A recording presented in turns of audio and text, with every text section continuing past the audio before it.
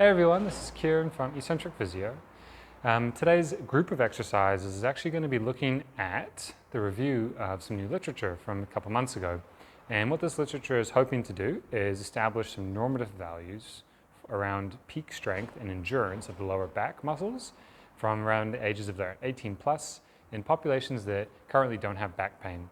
And there's a bunch of other sort of exclusion criteria to that. But generally, if you don't have back pain, then we'd expect you to be reaching roughly towards these numbers on these particular types of tests. So we're going to do a few videos, and the first video is going to be this one, and that's looking at the prone hold or biering sorensen test. And it's a nice test for looking at the endurance of our lower back muscles.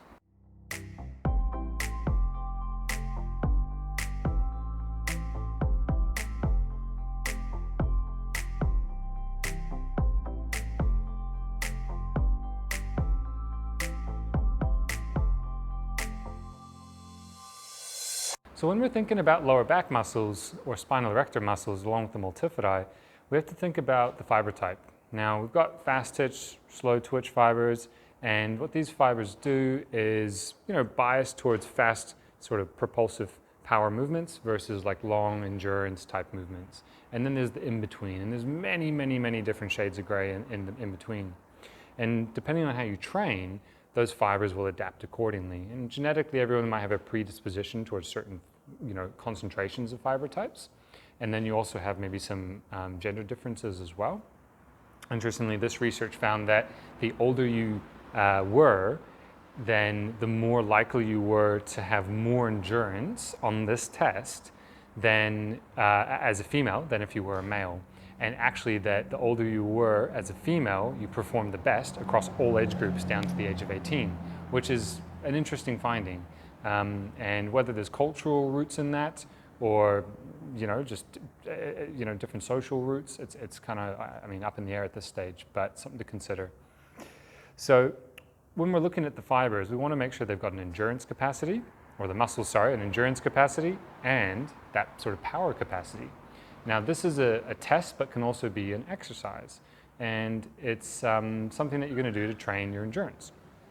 So a really simple way to set up is going to be with a squat arm here and a bench. And the reason we've got this set up is because you need to be able to anchor your legs. Now if you don't have someone to anchor your legs, you might have to get someone to hold you down. And that might require more of like a box, so you've got your knees on something. If not, there's a prone version on the ground, which we'll have another video for, and all these videos will be kind of linked together. So the way it's set up, you're going to need first to find the bones on the front of your pelvis, and that's kind of around where your belt line is.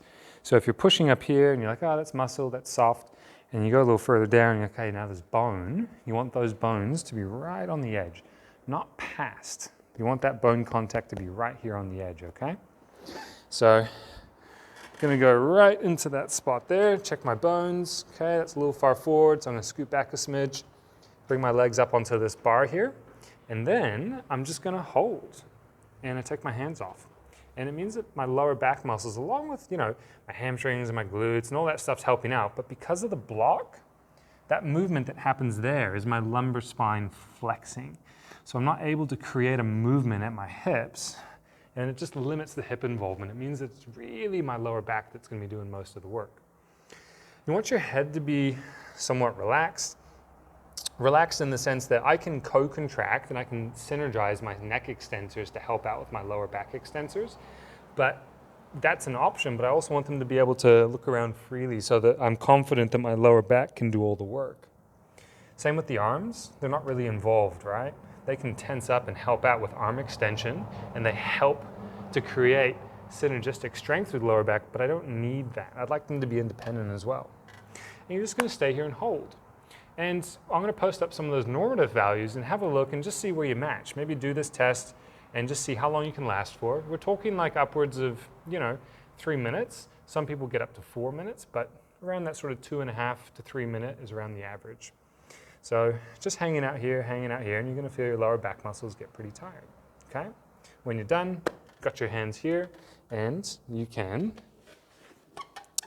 sit back up. It's something that you can overload as well. If you wanted, you could grab like a plate and hold there if you wanted to hold for shorter periods of time. But the idea is that you're building up the endurance of these fibers. You want them to last a long time.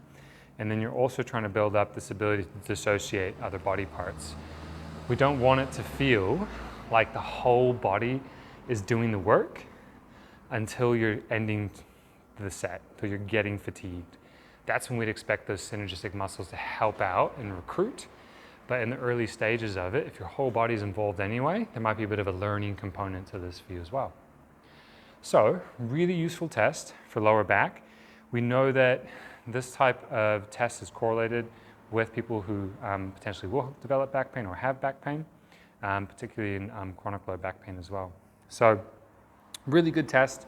You can use it also as an exercise.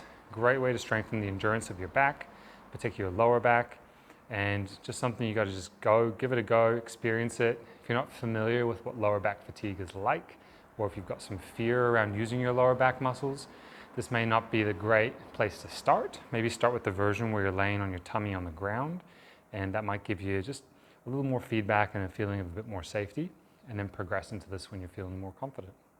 If you like this video, then please hit like below. Otherwise, to check out more of our content in the future, you can subscribe to our channel by clicking our logo over here.